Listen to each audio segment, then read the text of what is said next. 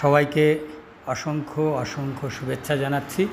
যারা সংস্কৃত সাবজেক্টে এবার ফার্স্ট সেমিস্টারের পরীক্ষা দিলে তাদের প্রশ্নের উত্তরগুলো আমি বলে দিচ্ছি, তোমরা মিলিয়ে নিতে পারবে। দেখো, প্রথমে রয়েছে উপমন্যুর গুরুদেব কে ছিলেন? স্বাভাবিকভাবে আয়ত ধৌম, অপশান ডি। 2 দাগে উপমন্যু যা খেয়ে অন্ধ হয়ে গিয়েছিল তা হলো আকন্দ গাছের পাতা, অপশান বি। অশ্বিনৌ স্তুহি কার উক্তি? এই উক্তিটি উপাধ্যায়ের উক্তি। উক্তিটি রয়েছে উপাধ্যায়ের, অর্থাৎ কে বলেছে সেইটা বলেছে এখানে। উক্তিটি যিনি করেছিলেন তার কথা বলা হয়েছে, তাহলে উপাধ্যায়ের উক্তি এটি। 4 দাগ দেখো রয়েছে আয়োধ্যৌম, ইনি ছিলেন উপাধ্যায়, উপমন্যু ছিলেন শিষ্য, অর্থাৎ ডি। তাহলে 1-এর সঙ্গে এ আর 2-এর সঙ্গে হচ্ছে ডি। অশ্বিনৌ ছিল চিকিৎসক, চিকিৎসক দয় লিখলে সবচেয়ে ভালো হতো, চিকিৎসক। আর বেদব্যাস ছিলেন মহাভারতের রচয়িতা। তাহলে এখানটায় দেখো 1-এর এ, 2-এর ডি এবং 3-এর হচ্ছে বি এবং 4-এর সি, অর্থাৎ অপশান এ এখানে সঠিক উত্তর।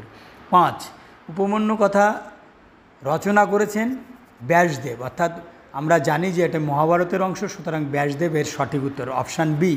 বর্ষাবর্ণ নামের উৎস, অর্থাৎ বর্ষাবর্ণ নাম কোন জায়গা থেকে নেওয়া হয়েছে তা আমরা জানি, বাল্মীকি রচিত রামায়ণ এবং আরও ভালো করে বললে কিষ্কিন্ধাকাণ্ড থেকে নেওয়া হয়েছে, তাহলে অপশান সি। 7 দাগ সক্ষম অঞ্জলিভি পাতুম বাতাহা কেতক গন্ধিনহ, তাহলে অপশান এ হবে। 8 দাগ মেঘের প্রতিশব্দ অম্বুধর বলাহক ঘন সবকটি, সবকটি এর উত্তর। ঘন মানেও মেঘ, বলাহক মানেও মেঘ, অম্বুধর মানেও মেঘ।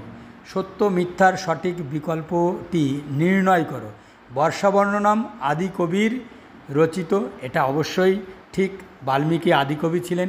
লক্ষণ রামচন্দ্রের কাছে বর্ষার বর্ণনা করেছেন, না উল্টো, রামচন্দ্র লক্ষণের কাছে বর্ষার বর্ণনা করেছেন, তাহলে ক সত্যি এবং খ মিথ্যে, অর্থাৎ এ হবে। পরের দাগে দেখো 10, মেঘের পতাকা কাকে বলা হয়েছে? মেঘের পতাকা বিদ্যুৎকে বলা হয়েছে, অপশান সি।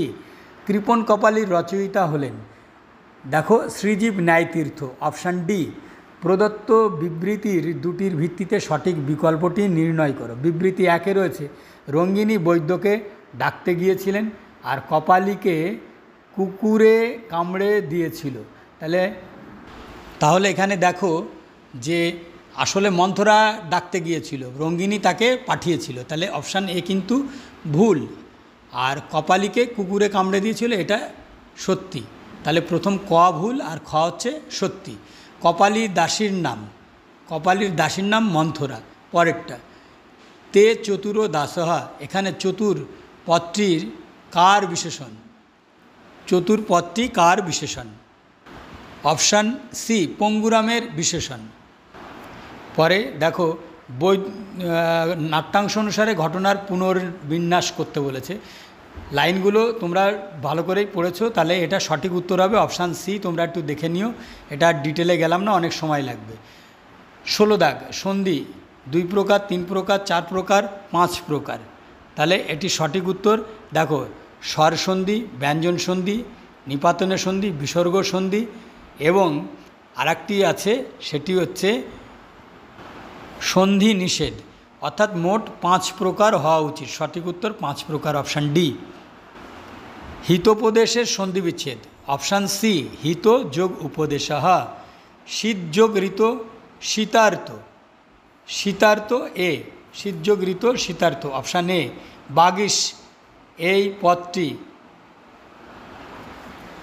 এটি কোন সন্ধি? এটা ব্যঞ্জন সন্ধি, বাগ যোগ ইস, বাগীশ ব্যঞ্জন সন্ধি।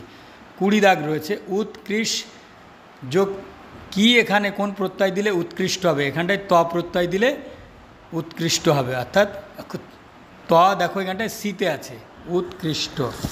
তারপরে দেখো মহান জয়, এখানে হবে মহান যোগ জয়, মহান জয়, মহান নতে হলন যোগ জয়ঃ, অর্থাৎ বি। 21-এর বি দাগ ফল শব্দের তৃতীয়ার বহুবচনের রূপটি হলো, তৃতীয়ার বহুবচন ডি ফলই। সত্য মিথ্যা নির্ণয় করো। নদী শব্দের প্রথম আর এক বচনের রূপ নদী, একেবারে ঠিক। বালক শব্দের ষষ্ঠীর বহুবচনের রূপ বালকানাম, দুটিই ঠিক, অর্থাৎ এ ক এবং খ দুটি সত্য, অর্থাৎ সি দাগ উত্তর হবে। ত্বম পদটি যে শব্দ থেকে নিষ্পন্ন তা হলো যুষ্মৎ শব্দের প্রথমার একবচন, অর্থাৎ অপশান বি। গম ধাতুর লৃট উত্তম পুরুষ একবচনের রূপ গমিষ্যামি, অর্থাৎ ডি। বর্তমানকাল বোঝাতে যে লকারটি ব্যবহৃত হয় তা হলো লট লকার, অর্থাৎ বি। ক্রি ধাতুর লং প্রথম পুরুষের একবচনের রূপটি হবে অকরত, এখানে অপশান এ হওয়া উচিত কিন্তু কয়াকার রয়েছে, সেই অর্থে ধরে নিতে হবে সবকটি উত্তরই এখানটায় ভুল দেওয়া আছে। লং প্রথম পুরুষ একবচনের রূপটি অকরত হওয়া উচিত, অকারত রয়েছে, এখানে যারা উত্তর লিখেছ সবকটিরই আশা করি এই উত্তরের নাম্বার পাবে। দৃশযুক্ত দৃষ্ট, বি, অপশান বি। বজ ধাতুর সঙ্গে ইজুগাল টু উক্তি করলে কোন ধাতু যোগ করে উক্তি হবে, এটা একতিন প্রত্যয় হওয়া উচিত। কয়তয় হস্যি ন হলন, এক্ষেত্রেও কয়তয় বয় দেওয়া রয়েছে, সুতরাং এখানটাও উত্তর ভুল, সুতরাং ধরে নিতে হবে এই উত্তরটি সমস্ত ক্ষেত্রেই তোমরা নাম্বার পাবে। গতবাদ পদটির ব্যুৎপত্তি হল গই ধাতু এবং তার সাথে তবতু প্রত্যয় যোগ হয়েছে, অপশান এ। 31 দাগ, সোমমণ্ডল নামে পরিচিত ঋগ্বেদের কোন মণ্ডল, এটা অপশান বি, নবম মণ্ডল। সামবেদের সাম শব্দের অর্থ কী, তোমরা সকলেই জানো, সি, গান। পৃথিবীর স্থানীয় দেবতা হলেন অগ্নি, বিতর্ক থাকতে পারে তবে অগ্নি সঠিক উত্তর। 33, এরপরে 34 দাগ, বৈদিক মন্ত্রের স্বর সম্পর্কিত সঠিক বিকল্পটি নির্বাচন করো, অপশান বি। বৈদিক স্বর 3 প্রকার, উদাত্ত, অনুদাত্ত এবং স্বরিত। এরপরে রয়েছে 35 দাগ, রামায়ণের কাণ্ড, তোমরা সবাই জানো 7 কাণ্ড রামায়ণ, সুতরাং অপশান ডি। রামায়ণ অবলম্বনে রচিত একটি মহাকাব্য হলো রঘুবংশ। তারপরে দেখো 37 দাগ, বিবৃতি ও কারণের সঠিক সম্পর্ক নিরূপণ করো। বিবৃতি 1-এ রয়েছে রামায়ণের অপর নাম চতুর্বিংশতি সহস্রী সংহিতা, একেবারে সঠিক, কারণ রামায়ণের শ্লোক সংখ্যা 24,000। তাহলে ক্ষয়ের জন্য বিবৃতি ক, অর্থাৎ অপশান বি, খ হলো কয়ের সঠিক কারণ। 38 দাগ, কথাশরীর সাগর গল্পগ্রন্থের রচয়িতা হলেন কথাশরীর সোমদেব, তাহলে অপশান ডি। 39 দাগ, 43টি গল্পের মধ্যে পঞ্চতন্ত্র থেকে নেওয়া হয়েছে 25টি উত্তর। পরে দেখো রয়েছে 40 দাগ, অনেক বড়, শুধু উত্তরটা শোনো, পঞ্চতন্ত্রের বিভাগকে বলা হয় তন্ত্র। ধন্যবাদ সকলকে।